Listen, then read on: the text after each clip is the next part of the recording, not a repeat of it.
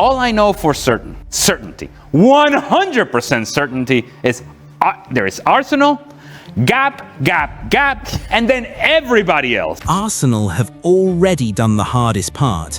Arsenal are really good. Yeah. Arsenal are the best team in the Premier League. Yeah. Arsenal are more powerful than everybody else.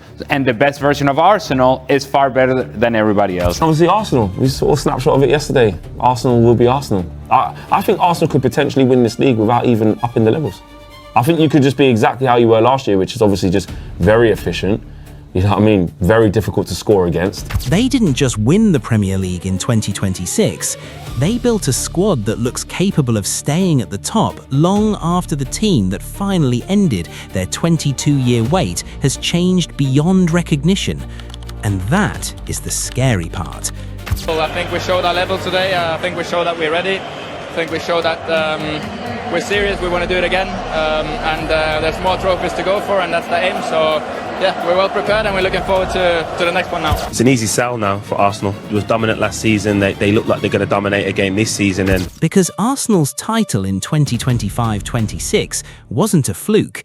They finished with 85 points, 7 clear of Manchester City after 3 consecutive seasons finishing as runners-up. Then, just weeks later, they went all the way to the Champions League final. Now look at the squad. Saka is 24, Saliba is 26, Rice is 27, Ødegaard is 27, Zubimendi is 27, Gyökeres is 28, and underneath them, Arsenal have players like Lewis Skelly and Max Downman developing into the next generation. So the question isn't simply whether Arsenal can defend the title. For years, Arsenal were the team that came close. In 2022-23, they led the Premier League for most of the season before Manchester City eventually overtook them. In 2023-24, they pushed City all the way again, finishing just 2 points behind.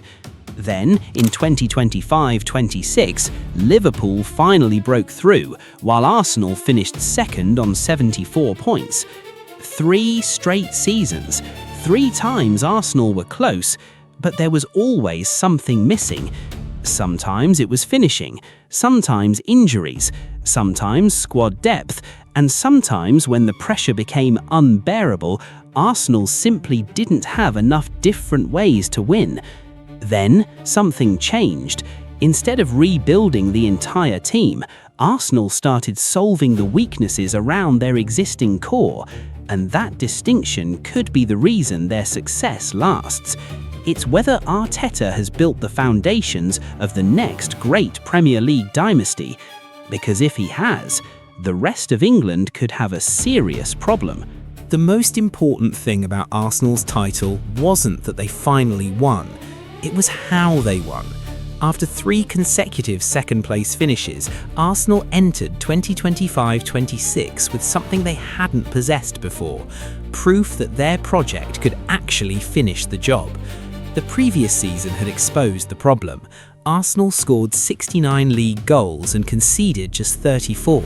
Their defence was already elite, but Liverpool scored 86 and finished 10 points clear.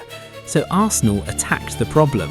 Martin Zubimendi arrived from Real Sociedad to strengthen the midfield. Noni Madueke arrived from Chelsea to add another explosive wide option. Christian Ødegaard added experience and depth.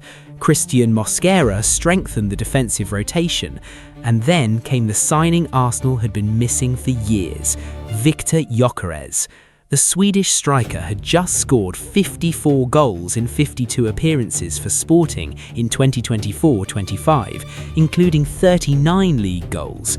And Arsenal weren't finished.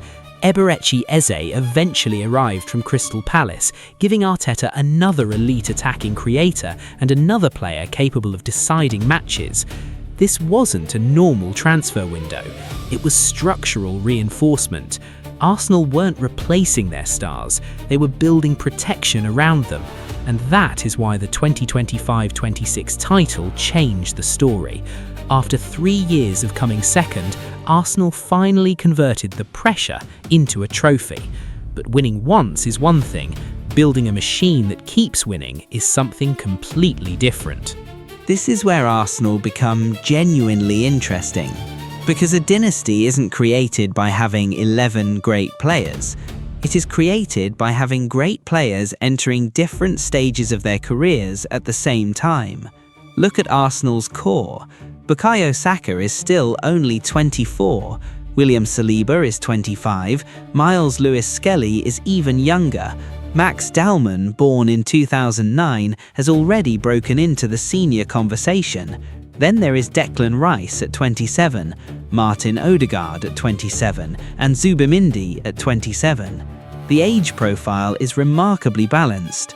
Transfermarkt's current squad data also shows Saka and Saliba tied down through 2030, giving Arsenal control over two of their most valuable long-term assets. And this matters more than people realise.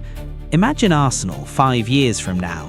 Saka is approaching his peak, Saliba is entering the prime years of a centre-back, Rice is still operating at an elite age, Lewis-Skelly has years of first-team development behind him, Max Dalman could potentially be an established star, and the club can continue adding younger players underneath them. That creates something Manchester United struggled to maintain after Ferguson, something Arsenal themselves lost after Wenger: continuity. The manager knows the system, the players know the system, the recruitment department knows what profiles fit the system, and younger players don't have to inherit a broken team, they inherit an established one. That is how dominance becomes sustainable. But there is an even bigger reason to believe Arsenal can maintain it. Their squad is becoming harder to destroy. For years, Arsenal's biggest enemy wasn't Manchester City, it was November, December, January. The months when injuries accumulate, fixtures pile up, and elite teams discover whether their starting 11 is actually an elite squad. And this was one of the major questions surrounding Arsenal before 2025-26. Could they survive injuries and still compete? The club's summer recruitment directly addressed that weakness. The Premier League itself noted that Arsenal's additions were designed to improve the squad depth that had hurt them in previous title challenges. And now the options are ridiculous. Saka doesn't have to play every minute because Madueke can provide another attacking threat. Odegaard doesn't have to carry the creative burden because Eze gives Arsenal another player who can receive between the lines, carry the ball and create something from nothing. Rice and Zubimendi give Arsenal different solutions in midfield, and Gyökeres gives Arsenal something they previously lacked, a centre-forward whose primary job is to attack the space behind defenders and turn chances into goals. This changes the tactical problem opponents face.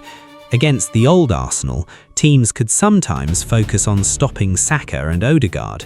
Against this Arsenal, that becomes much harder. If you collapse towards Saka, another player can attack the space.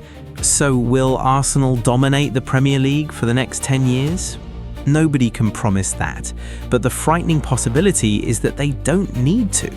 They only need to remain near the top long enough for their young core to peak, their academy to produce the next generation, and their recruitment to keep replacing the players who eventually decline. 3 years ago, Arsenal were chasing Manchester City. Then they chased Liverpool. Now, Liverpool, City, and everyone else are chasing Arsenal. And that may be the biggest transformation of all.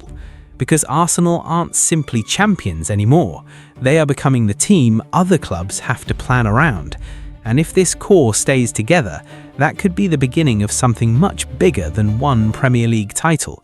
It could be the beginning of an era.